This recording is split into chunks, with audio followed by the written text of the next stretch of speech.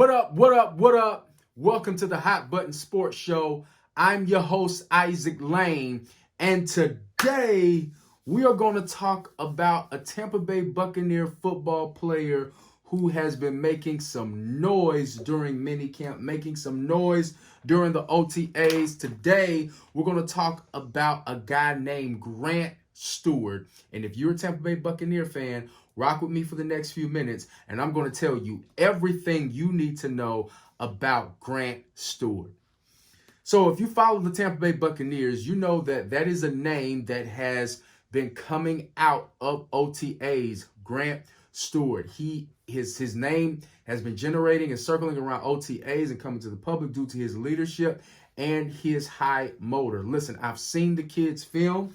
You can see why. There's some reasons why he went the last pick of the draft, 259th pick of the draft. But one thing that I love about this guy is he is a hustler. Say it with me. Say it with your chest. He is a hustler.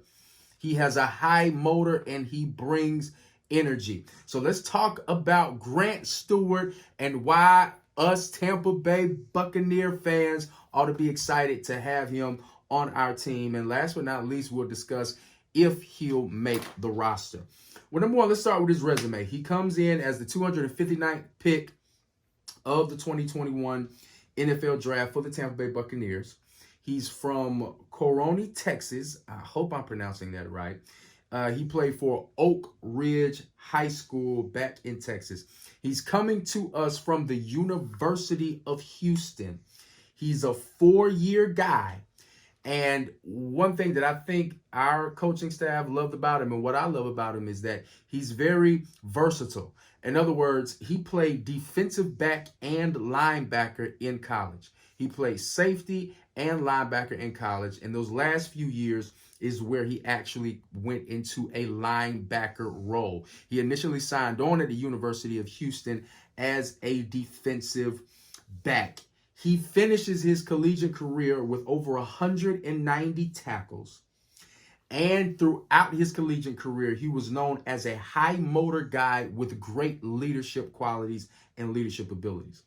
Also, it seems and it looks like the 2020 season was his best season. He recorded over 60 solo tackles and he made first team All-American Athletic Conference in 2020. So he's coming to our team with a little chip on his shoulder, with some confidence, with some accolades, knowing and being confident and sure that he can play the game of football. And I believe that the people in the front office for the Tampa Bay Buccaneers, Jason Light, they believe he can play football as well.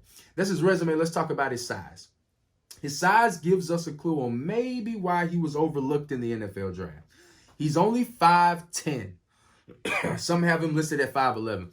But he's 5'10", about 220 to 230 pounds. That is his size. Now, we know that's not a big linebacker. I don't even think that's not even the size of Devin White. He's not a big guy. He's not a big linebacker. But when you watch his film, the guy can play football. Okay, what is Grant Stuard good at? Let's talk about his strength. You heard me say it already. Number one, high motor. Flip it on. He puts you in the mind frame of a Rudy Ruettiger. You know, he's not the biggest, he's not the strongest, he's not the fastest, but you're not going to out-hustle him. You're not going to out-motor him. He has a high motor. And I believe that's just another guy added to the fold who brings, although he hasn't won a championship, to me, he brings that championship DNA, the championship competitor, high motor, always getting after it. Another strength is he has a nose for the football. Wherever the football is, even if he can't get there, as we'll talk about when we discuss his weaknesses, even if he can't get there, he has a nose for the football. Not too many things going on that field when he's on the defense that he's not privy to and that he's not after it. He has a nose for the football. He is great at slipping blocks.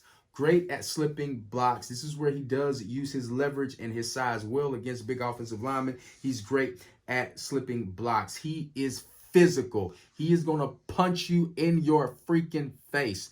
He is going to get with those offensive linemen. Not quite sure how that's going to translate NFL, but in college, he was not shy to go and confront those offensive linemen. You know, he's very physical. Not only is he very physical, but he's extremely twitchy. He's twitchy. He has a great first step. Not just a great first step. He has a lightning takeoff and a lightning first step. And he's very trigger happy. Don't throw stones at me, but while I was watching this film, I don't know if it was the hair or what it was, because they're kind of almost the same size. Kind of reminds me of Troy Polamalu. He's not that talent-wise, but as far as him roaming the field and, you know, being able to make plays, he reminds me of a guy that's always after it, which puts me in the mind frame of Troy Polamalu. Last but not least, when it comes to his strength, and this is something Tampa Bay Buccaneers ought to be excited about, the guy don't miss tackles. He don't miss tackles. He gets his hands on you, you're going DOWN. You're going down. He is a great tackler with great form. Now, those are his strengths. What are his weaknesses? Well, number one, size.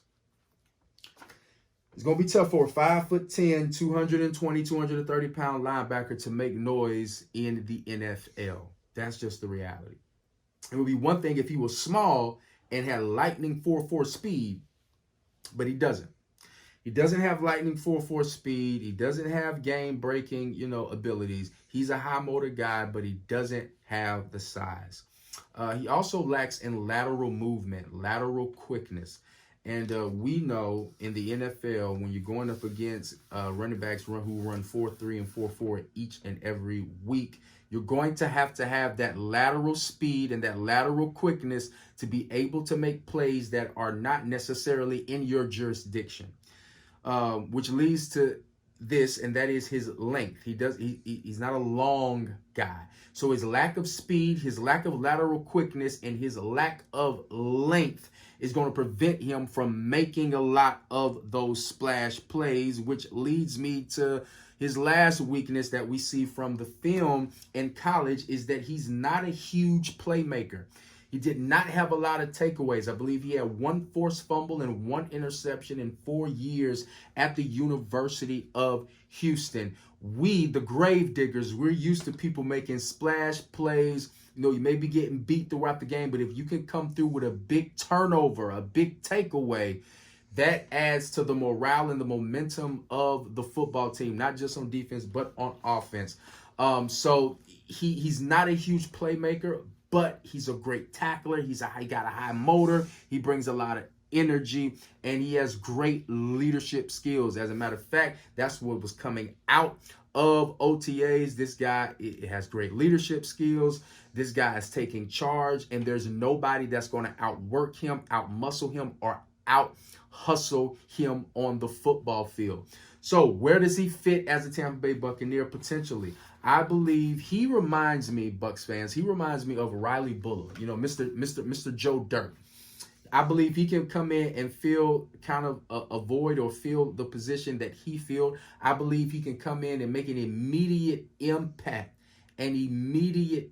on special teams. In 2018, he led the University of Houston in special team plays and special team tackles. So I believe he can come in and immediately be a special teams guy. I believe he has the attitude, the leadership ability, and the motor to make the 53-man roster and to be a big-time special teams guy. So get used to seeing that hair swinging. No, it ain't Troy Polamalu. It's Grant Stuard. Listen, if you like this video, like it, share it, but most of all, subscribe so you don't miss the next upload. I holla at you.